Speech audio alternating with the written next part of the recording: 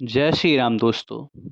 आज मैं आपके सामने एक ऐसी कहानी लेकर आ रहा हूँ जिसे सुनने से शायद आपके घर के झगड़े कलेश सब शांत हो जाए। उससे पहले मैं आप सबको धन्यवाद देना चाहता हूँ कि आप सभी ने मेरी वीडियो जो कि हनुमान जी की कथा के ऊपर थी अच्छा प्यार दिया।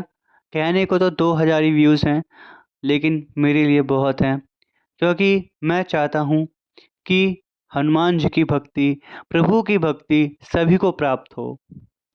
तो बात करते हैं आज की।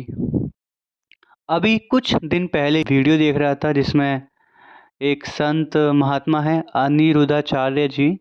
उनके आश्रम में एक आदमी अपनी बूढ़ी माँ को लेकर आता है और उनसे कहता है कि मैं अपनी माँ को आपके आश्रम में छोड़ना चाहता हूँ। जिसे सुनकर आश्रम में अनिरुद्धाचार्य उससे पूछते हैं कि तुम अपनी माँ को किस कारण से छोड़ना चाहते हो?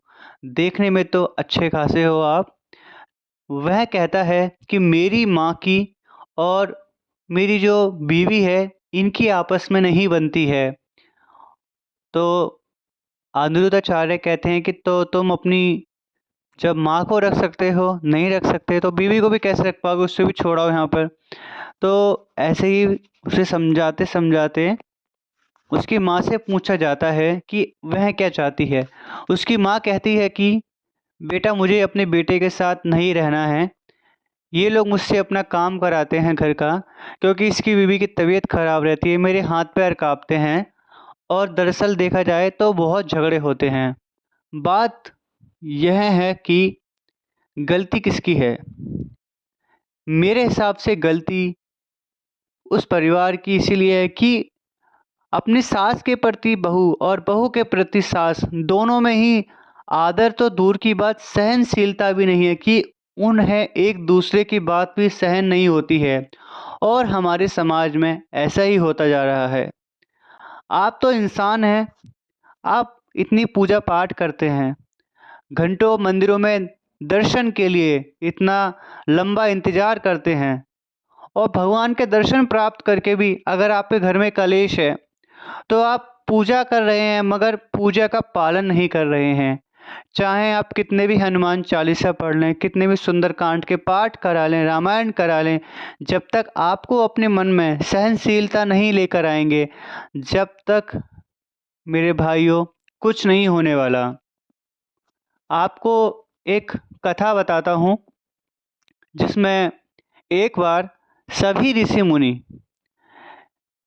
एक चर्चा कर रहे होते हैं कि सबसे ज़्यादा त्रिलोकी में कौन ज़्यादा शक्तिशाली है, कौन ज़्यादा दयावान है।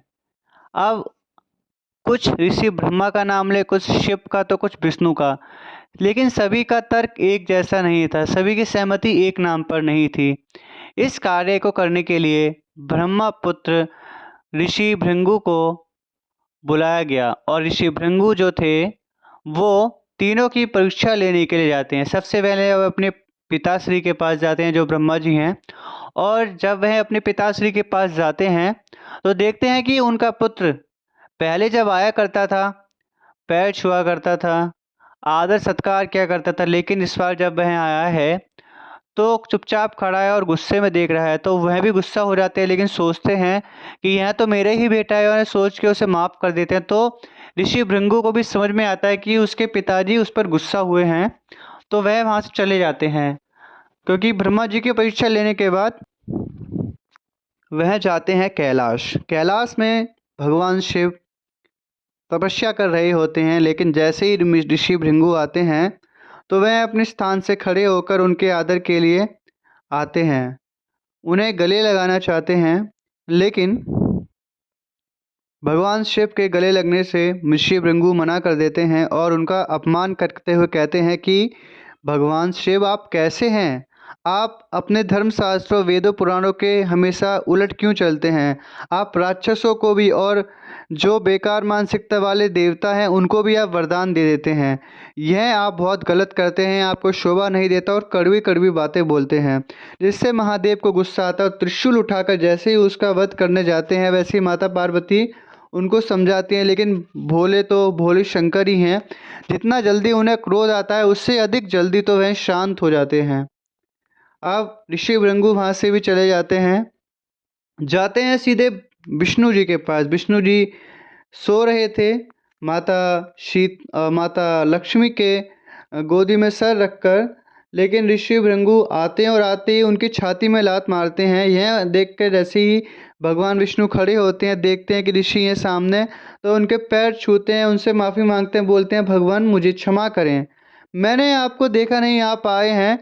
और यह सब देखकर ऋषि भृंगु के आंसू निकल जाते हैं और कहते हैं महाराज मुझे माफ़ करें, मुझे क्षमा करें प्रभु, यह तो मैं परीक्षा ले रहा था और मैं आपकी परीक्षा लेके मैं समझ गया कि प्रभु आप ही हैं जो भी हैं, और मैं आपसे शत शत नमन करता हूँ, आप मुझे क्षमा करें। यह देखकर सिद्ध होता है यह कहानी से कि हमारे देव त्रिदेव जो भगवान हैं, जब उनमें जैसे विष्णु जी हैं उनमें भी इतनी आपको सहनशीलता मिलती है, तो हम तो उन्हीं के अंश हैं, हमारी सहनशीलता कहाँ चली गई है। मैं एक घर की नहीं, क्या हो सकता है जो मैं कहानी सुना रहा हूँ मेरे घर में भी ऐसा होता हो, आपके भी घर में ऐसा होता हो। कमी खाली हमारे पास सहनशीलता की है। एक माँ बेटा रिश्ते बाहर दोस्त दुश्मन बन चुके हैं, और हमारे परिवार भारतीय परिवार खासकर इतने ज़्यादा उनकी संस्कृति खराब हो रही है सिर्फ एक कारण कि किसी में सहनशीलता नहीं बची है। अभी भी वक्त है, हमें सुधरना होगा, हमें अपने रिश्तों को बचाना होगा, क्योंकि जब घर में झगड़े होते हैं तो सास माँ बहन बेटी सब लड़ाइयाँ करते हैं, लेकिन भुगतना एक आदमी को पड़ता है, क्योंकि वह बाहर भी काम करता है घर में भी काम करे जाके, और जब वैसे तनाव का उसे माहौल मिलेगा तो वह अच्छे से कमा भी नहीं पाएगा। तो मेरा यह प्रयास है कि अपने घरों को संभालें, काम के साथ अपने परिवार को समय दें, उन्हें समझाएं कि सहनशीलता कितनी ज़रूरी है। बिना सहनशीलता के इंसान राक्षस के समान है और इसे ही कलयुग बोलते हैं। यह वीडियो सुनने के लिए धन्यवाद। चैनल को सब्सक्राइब करें। जय हिंद, वंदे मातरम।